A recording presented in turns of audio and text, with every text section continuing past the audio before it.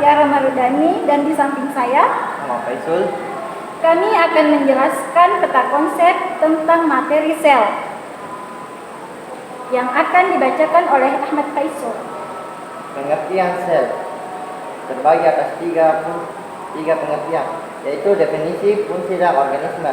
Yang pertama, definisi sel. Sel adalah unit struktural dan fungsional terkecil dalam makhluk hidup, menjadi dasar kehidupan semua organisme, baik uniseluler maupun multiseluler. Fungsi dalam organisme menjalankan fungsi vital seperti metabolisme, pertumbuhan, dan reproduksi sebagai tempat berlangsungnya reaksi kimia yang mendukung kehidupan. Yang ketiga, karakteristik sel. Memiliki membran sel yang membatasi dan melindungi sel, mengandung materi genetik yang mengatur aktivitas dan pewaris sifat.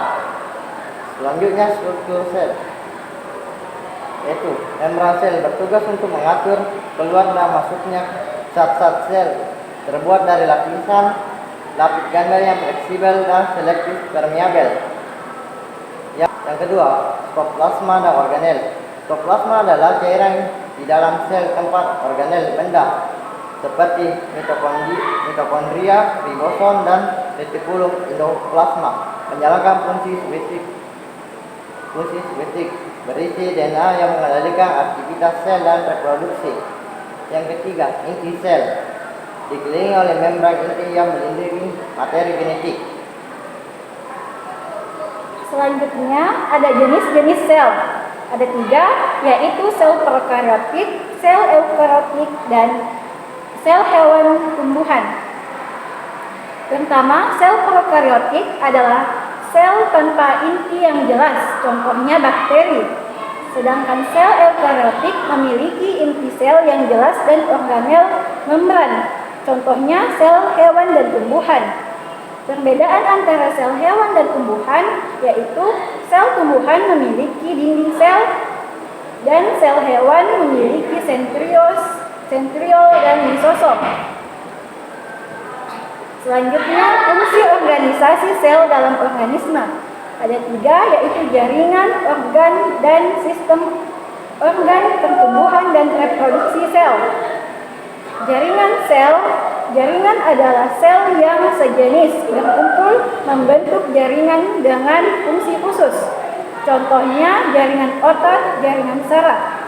Organ dan sistem organ adalah jaringan bekerja sama membentuk organ dan yang menjalankan fungsi tertentu. Yang ketiga, pertumbuhan dan reproduksi sel.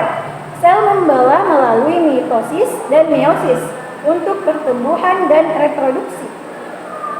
Proses ini penting untuk regenerasi jaringan dan kesinambungan spesies. Terakhir, mekanisme kerja sel. Transportasi zat. Zat lewat membran sel dengan cara difusi, osmosis, dan transport aktif. Kedua, sintes protein. Ribosom berperan dalam proses pembuatan protein berdasarkan kode genetik. Ketiga, metabolisme sel. Reaksi kimia dalam mitokondria menghasilkan energi atau ATP. Energi digunakan untuk menjalankan berbagai proses seluler.